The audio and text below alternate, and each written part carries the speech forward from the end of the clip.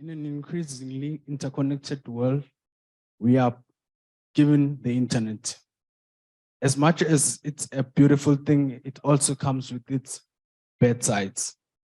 My name is Thabang Kubheka, and I'm here to take you through digital self-defense, mastering the art of staying safe online. Before we move on with the topic, I want us to take a look at online threats. What are online threats? I like to define them as a set of malicious activities,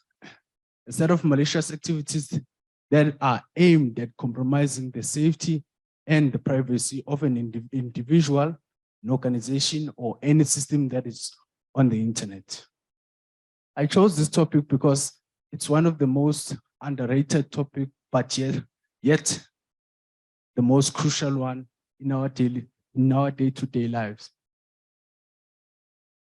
We're going to look at the most common online threats. We have malware, phishing, identity theft, data breaches, social engineering, spamming, DDoS, man-in-the-middle attacks, insider threats, and Wi-Fi eavesdropping.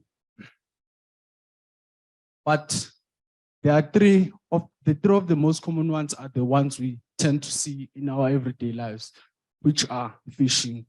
Phishing are, according to my own point of view, phishing is just you or a person acting as if he or she is another person, doing this, trying to get the other person to divulge information which is considered to be confidential. This is a bad thing to do. Phishing, one of the most common examples of this would be those SMSs that we usually get every now and then about you winning the lottery. And in order for you to claim that money, you have to send them your bank account number, your CVV digits, your ID, and your full names. It's an ongoing scam, and it's one of the most common online threats that we see in our daily lives. We move on to farming. This is a very interesting one. So with farming, it's simply redirecting a user to a site that is exactly the same as one of the legitimate sites. What do I mean? An example of this would be, I usually see this on the WhatsApp groups. They usually share a link, and that link has a description maybe that when you click on this link, it will take you to take a lot and you'll have a discount. Then maybe you'll buy 2 heaters for the price of 1. Okay, so what you do, you click on this link, it takes you to a website that is exactly the same as Take a Lot, but it's not Take a Lot. You do everything, you pay, you click on whatever you want to add to your cart, you check out. Mind you that when you're checking out, you provide your address, your full details, personal details, and your banking details, meaning that you have exposed your confidential information to one of the attackers. And they will send you an email confirming your purchase, and 3 days later, it should be just you and your empty bank account versus the cold Johannesburg weather. Moving on to social engineering. I feel that this type of online threat is based on morality as a whole. It's usually done by people who are around you, who know you. A good way of this, what is social engineering? Let's start there. Social engineering is when a person tries to psychologically manipulate you into giving out information you shouldn't be giving out. An example of this would be me just greeting Anumin.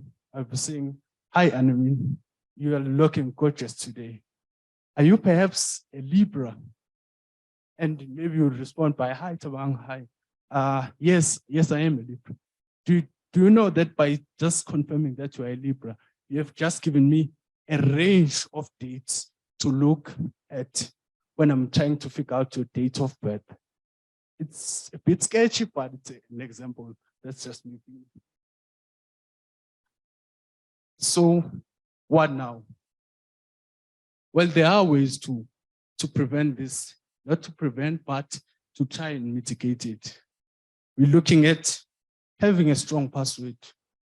Having a strong password is not just a thing you should take lightly. Having a strong password is very crucial in our daily lives. What is a strong password? A strong password, in my definition and according to the current standard, it should be of 12 or more digits. It should be complex enough that it has unique characters, an uppercase, letter, and a number.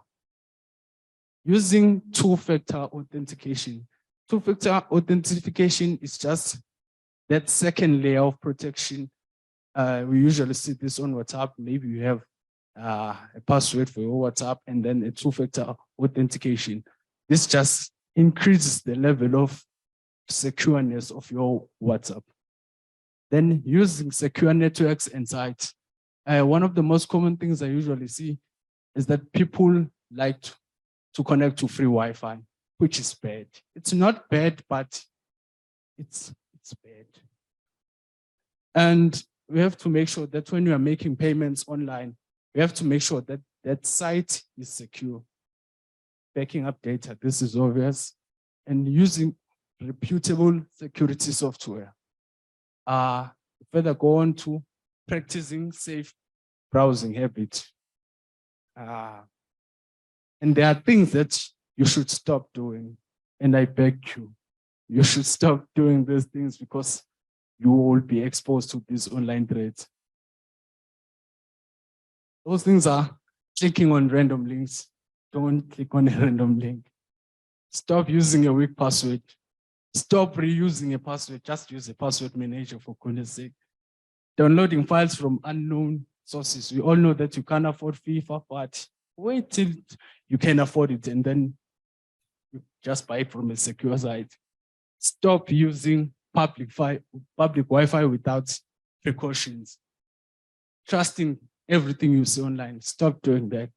And ignoring software updates.